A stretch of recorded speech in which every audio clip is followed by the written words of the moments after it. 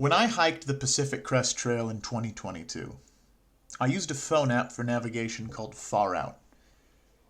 It gives details of distances to campsites, water sources, that sort of thing.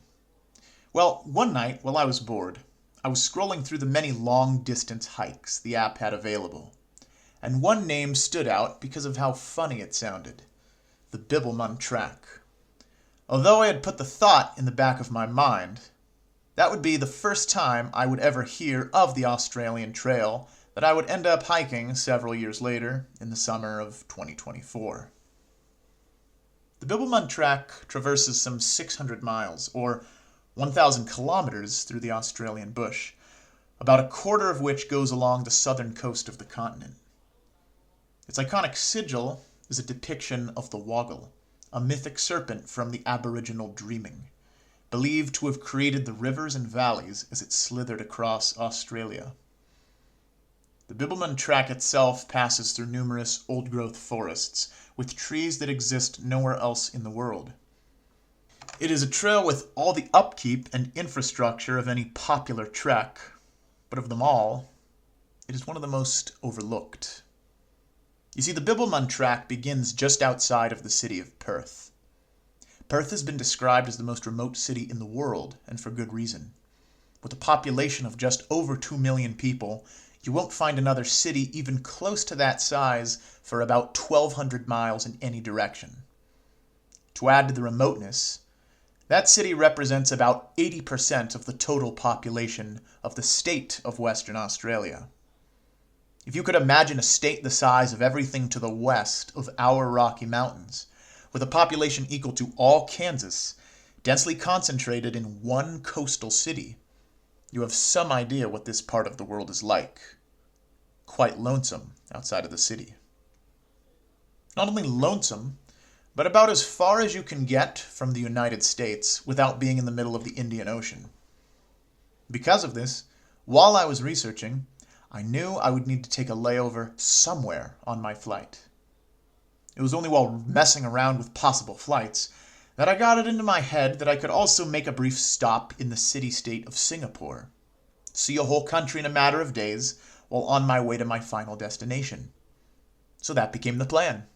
A 17-hour flight, 3 nights in Singapore, and then a 5-hour flight to the city of Perth. It's my opinion that a city anywhere is like a city anywhere else. And aside from the novelty of being in the land down under, I only spent a day in Perth on my arrival, getting things ready. I'd arranged for somebody on the track Facebook to get a ride to the trailhead. Thanks, Nicole. So in the early morning of June 29th, 2024, I began my 600-mile adventure. Having no knowledge of the area other than the second-hand experience of internet strangers, I was keeping my eyes peeled for 2 things: a wild kangaroo, obviously, and snakes. It would be a matter of days before I would see the former, and for the entire duration of the hike, I would only ever see one of the latter. In the meantime, I was taking pictures of everything. I'd never seen grass trees before. The dirt was a different color than in the US, and the birds themselves made sounds like I could not have imagined. And there were endless jarrah forests, type of a eucalyptus. I did about 17 miles that first day, or in the parlance of track hikers, I triple-hutted to what would be my first night at the scenic Helena Hut. On the Bib, the huts are a roofed, platformed shelter with tanks that catch rainwater, not only important as the sole water sources of the trail, but the law requires that you camp at each hut, whether in the hut or out by one of its several tent sites. So even though I may have preferred a 20-mile day, I preferred 17 miles to the 3rd hut than 26 miles to the 4th. I'm glad I stayed, too. It would be the most hikers I ever saw at one campsite, a coincidence of my trekking on the weekend of a school holiday, and that would usually be a disappointment, excepting this time. Everybody was so friendly, and the views, especially of the night stars, were spectacular. Locals were curious to know how I heard of the trail, and if I had flown out here for no other reason than to do it, which, yes, that was my reason. In turn, I asked them every question I had about the flora and fauna and what there was to do in Australia. And this was an ethic I would keep all the way to the end.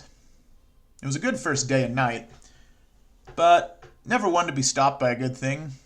I tried to press on at first light. It was winter after all, and I felt compelled to start each day before dawn to get the most out of it. And this allowed for some truly magnificent pictures, even if it meant I had to be something of a party pooper. That first week of the trail was unique in two major ways. Aside from the general culture shock of being in the Australian bush, it was the longest stretch between resupply points, with some 120 miles between the northern terminus and my first track town in Bibbulmun. Secondly, it was the most elevation intensive of the whole track. On this stretch, I summited several mountains, if mountains they can be called. Australia is the oldest and flattest of Earth's continents, so even though I climbed some of the mountains of the Darling Ranges, I never found myself above 2,000 feet altitude. Nonetheless, the mountains provided a great eminence over the vast and undulating stretches of Australia's remote bushland. They were also a great reintroduction to the rigors of daily hiking. As I made it to Bibbulmun and pressing on, the track took on a monotonous character for some time, sending me down flat bushfire roads. This monotony ended with my arrival at the Murray River, at which I found myself flanked by tall, dense bushes. On a morning that began at 4 a.m., these bushes, and the rains of Australia's winter, would be my introduction to one of the track's most abiding discomforts. Poncho, rain jackets, and sweat were my closest companions for several days there in the rains. The overcast days and the morning fog allowed me to see the bushland in a new light, and it was my great fortune at mile 200, having arrived at the town of Collie, to take my first rest day during the worst of that week's rains. In the days that followed, I astounded myself, pushing bigger days than I would have ever dared so early on in a hike. Deftly, or more likely, luckily, avoiding the rain that happened overnight just outside the huts I would stay in.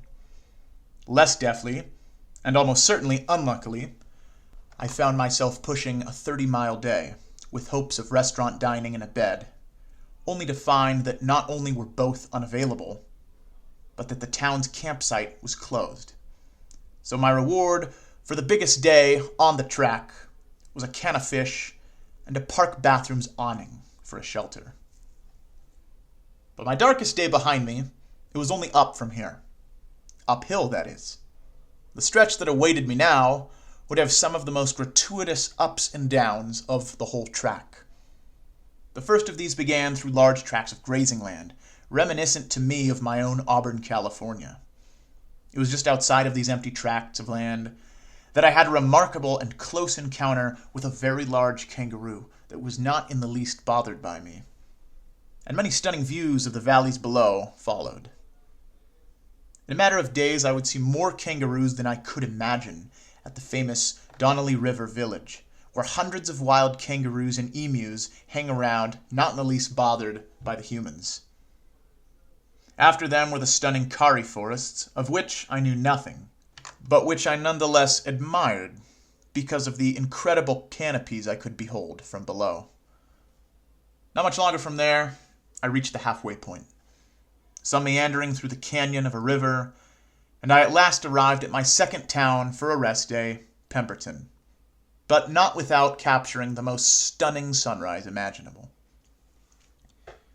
As I closed in on my first sights of the coast, I experienced a bit of rain, and a section of trail with newly fallen trees, with no way above or around, only through.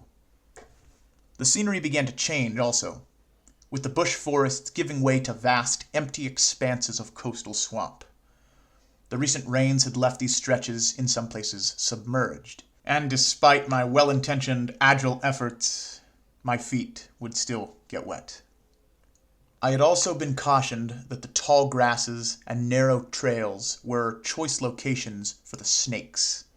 So as ready as I was to see a wild snake, I was not ready to see a wild pig who promptly barreled into the tall grass as he was aware of my approach. I've always been taken by large, open expanses, and this was one of the most unique and memorable parts of the whole journey for me. And one morning, just as the sun was rising, the coastal swamps gave way at last to the coast, the Southern Ocean. For the last quarter of my journey, I would not see other hikers.